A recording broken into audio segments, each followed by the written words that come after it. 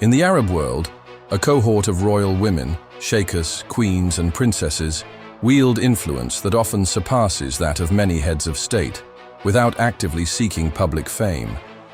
These are figures who shape cultures, direct billions, and navigate lives of immense privilege, often behind the discreet veil of palace life. Some spearhead global charities that subtly mold policy, while others meticulously build empires founded on art, education, or quiet diplomacy. A few, after periods of public prominence, withdraw from view, leaving legacies that can outlast governments. They are not merely consorts or peripheral figures. They are strategists, reformers, and cultural architects, actively steering the future and redefining the paradigms of power within the Arab world. This exploration delves into their lives, examining the choices they make, driven by loyalty, love, or ambition, within societies rich in tradition and often shrouded in secrecy, offering a glimpse into realities they may prefer remain unseen. Sheikha Moza bint Nasserin, a kingdom built on vast gas revenues and steeped in tradition. Sheikha Moza bint Nasser of Qatar notably redefined the parameters of royal influence. More than a ceremonial figure, she emerged as a key architect of Qatar's global identity and a formidable proponent of education and reform. Married to Sheikh Hamad bin Khalifa Al Thani, the former emir of Qatar, Sheikha Moza ascended in prominence, as her husband steered Qatar's transformation from a quiet peninsula into a significant global player. Unconventionally, she stepped directly into the public sphere, shaping not only domestic policy but also international perceptions. Her position as chairperson of the Qatar Foundation granted her direct access to the nation's vast wealth, estimated at over $335 billion. Under her guidance, the foundation has invested billions into science, research, and education, establishing the gleaming campuses of Education City and fostering global partnerships with Ivy League institutions, thereby positioning Qatar as a regional academic nucleus.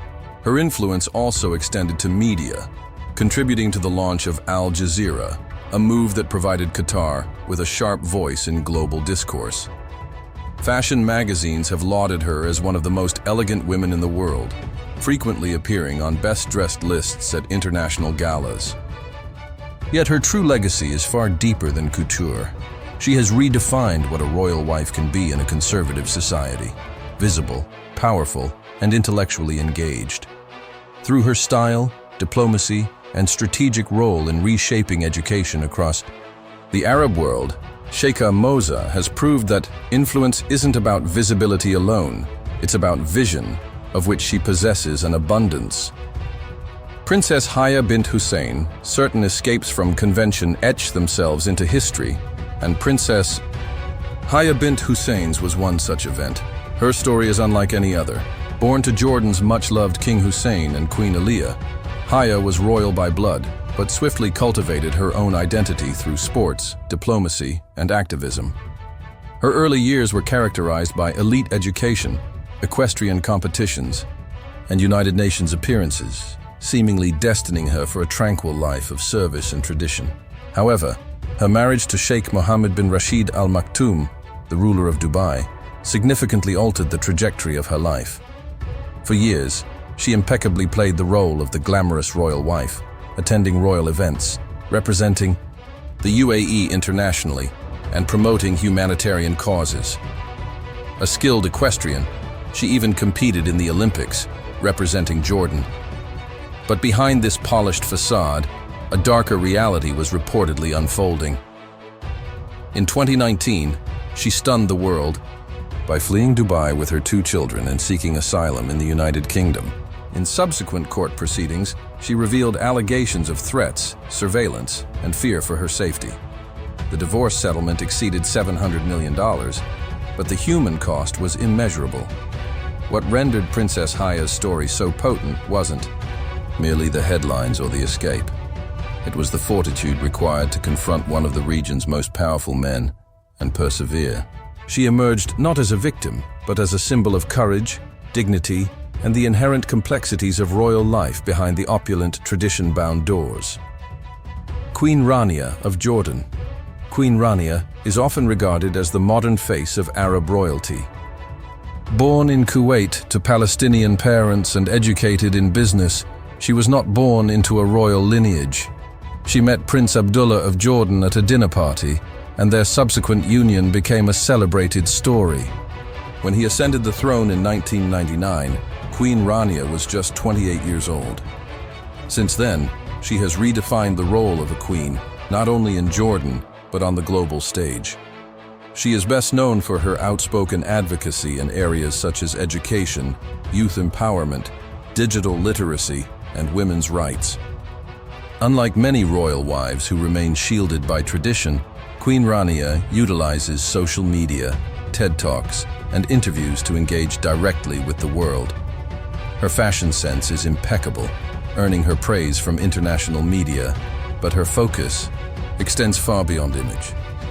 She launched initiatives like the Queen Rania Foundation for Education and Development, as well as multiple literacy and teacher training programs that benefit communities across the Arab world.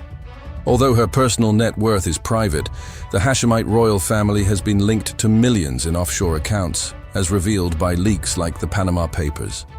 Nevertheless, her support base remains strong, especially among younger Jordanians and Arab reformists, who see her as a bold modern role model. To many, Queen Rania is more than a queen. She is a bridge between East and West, tradition and change, privilege and responsibility. Sheikha Hind bint Maktoum Al Maktoum, every empire, has its unseen architects, and Sheikha Hind bint Maktoum Al Maktoum operates from a position of quiet authority. Unlike her more publicly visible counterparts, as the senior wife of Sheikh Mohammed bin Rashid Al Maktoum, she occupies a central yet understated role within the royal family. Married since 1979, she is the mother of 12 of his children, including the Crown Prince of Dubai, Sheikh Hamdan. She resides in Zabil Palace, one of the most luxurious and secretive royal residences in the Gulf. While she rarely appears in public or speaks to the press, her influence within the family and the city-state is considered significant. Her philanthropic work encompasses numerous health and humanitarian programs across the UAE, often conducted in her name, but seldom under the direct spotlight. Whether funding hospitals, building schools, or organizing social support systems for low-income families, Sheikha Hind's reach is widespread. She embodies traditional Emirati values of discretion, modesty, and service. Yet those who operate within Dubai's ruling circles recognize her as a key figure behind many of the Emirates' long-term strategies. Her silence is not an absence of influence. It is power wielded without fanfare. 6. Sheikha Al-Mayasa bint Hamad. Al-Thani cultural revolutions are not always vociferous.